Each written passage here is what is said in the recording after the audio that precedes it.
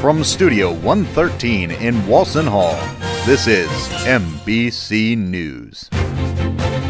Hi, welcome to MBC News. I'm Kat McClellan. And I'm Jonathan Hobb. So Kat, how was your Halloween weekend? It was pretty fun. I dressed up as Superwoman. Superwoman, that's awesome. What were you? I was someone you can count on. I just taped numbers to my shirt. It's corny, but it worked. Creative, very creative. So do you want to tell us what's going on this week? Sure. Muhlenberg College and the Chamber of Music Society of Bethlehem are co-sponsoring a performance by the Alexander Quartet. The performance will be held in the MP Theater on November 9th at 3 p.m. Tickets are free for Muhlenberg students and are available at the door. The Brothers of Alpha Tau Omega and the Sisters of Phi Sigma Sigma are hosting a masquerade ball on Friday, November 14th. Tickets will be on sale from November 5th to the 14th.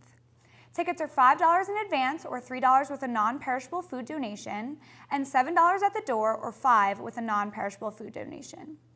A masquerade mask will be included in the price of a ticket. All proceeds will go to ATO and Phi Sigma Sigma's respective philanthropies.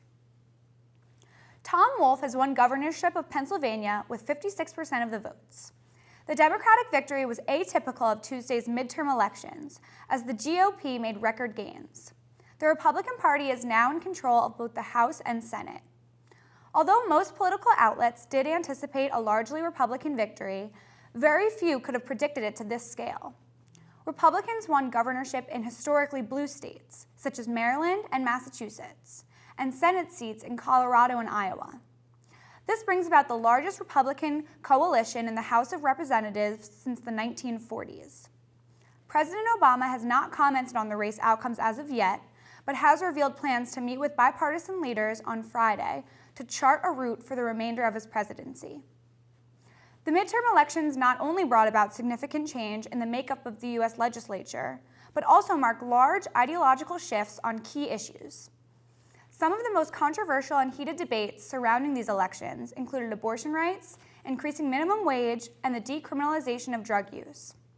North Dakota voted against a law that would guarantee the inalienable right of life to every human being at every stage of development, while Tennessee voted in favor of giving state legislators more authority to enact, amend, or repeal abortion statutes.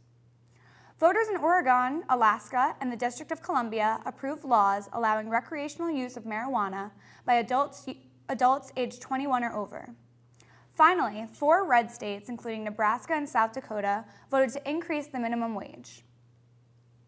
Taylor Swift's new CD, 1989, has already sold 1.3 million copies in the first week of its release. This makes Swift's album the fastest-selling CD in 12 years, falling just behind Eminem's 2002 release of The Eminem Show. Although these sales only work to solidify Taylor Swift as one of the most successful female singers of all time, it was her choice to pull her entire catalog from the subscription streaming service Spotify that is really making headlines. Swift has publicly spoken out against Spotify in the past, saying it hurts artists and is leading to the decrease of album sales.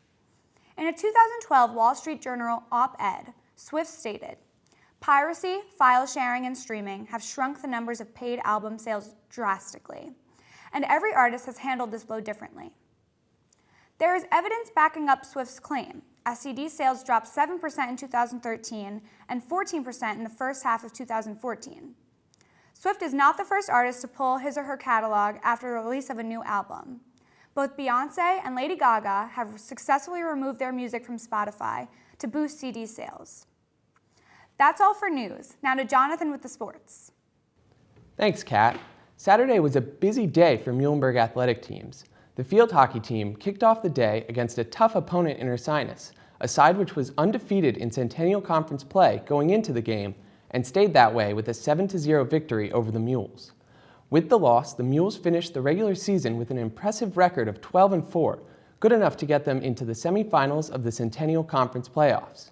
They will face Franklin and Marshall in that playoff game this Saturday. The women's volleyball team suffered a pair of losses last Saturday. In their first match of the day, they lost to Stevenson in 4 sets and dropped their second match 3-0. The team finished the season 24-7, earning them a spot in the Centennial Conference playoffs, where they will face Swarthmore in the semifinals on Saturday.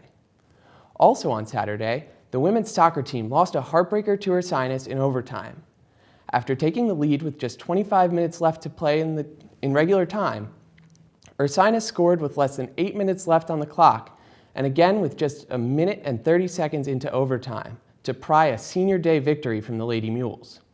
With the loss, the women's soccer team finished the season with a record of 11-5-2, landing them a date with Swarthmore at home on Wednesday in the first round of the playoffs.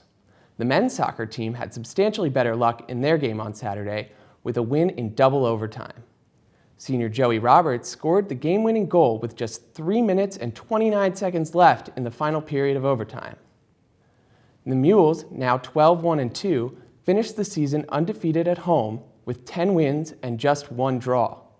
The team will take on Franklin and Marshall in the Centennial Conference playoffs on Saturday. Finally, the football team breezed to a win on the road against Dickinson on Saturday by a final score of 34-20. In the game, quarterback Nick Palladino completed 27 of 37 pass attempts and threw just 1 interception. Running back Max Cepeda rushed for 104 yards on 22 carries, crossing the century mark for the 6th time this season and breaking the Centennial Conference record for 100-plus yard rushing games for a freshman. The Mules have just 2 games left in the regular season, the first of which will be at home on Saturday at 1 p.m. against Ursinus. That's all for sports. Now to Kevin with the weather. All right, thanks guys. All right, this week in the weather on Thursday, it's going to be rainy. Just rainy all day, every day. 100% chance of rain at a high 53, low 41. Friday is going to be partly cloudy, high 48, low 30, 20% chance of rain. Come Saturday, we're going to get most of the sun. The high 49, low of 40, and no chance of rain. Come Sunday, we get the clouds, but no rain at high 52, low 39. And coming in on Monday, we got a sunny day, a high of 52, a low of 39, and a 0% chance of rain. Come Tuesday, it's going to be mostly sunny with a high 59, low 39, and a 10% chance of rain. Wednesday is going to come around, it's just going to be partly cloudy, high 45, low 29, and a 20% chance of rain. Back to you guys. Thanks, Kevin. That's it for this edition of MBC News. I'm Kat McClellan. And I'm Jonathan Hobb. From all of us here at MBC, have a wonderful week.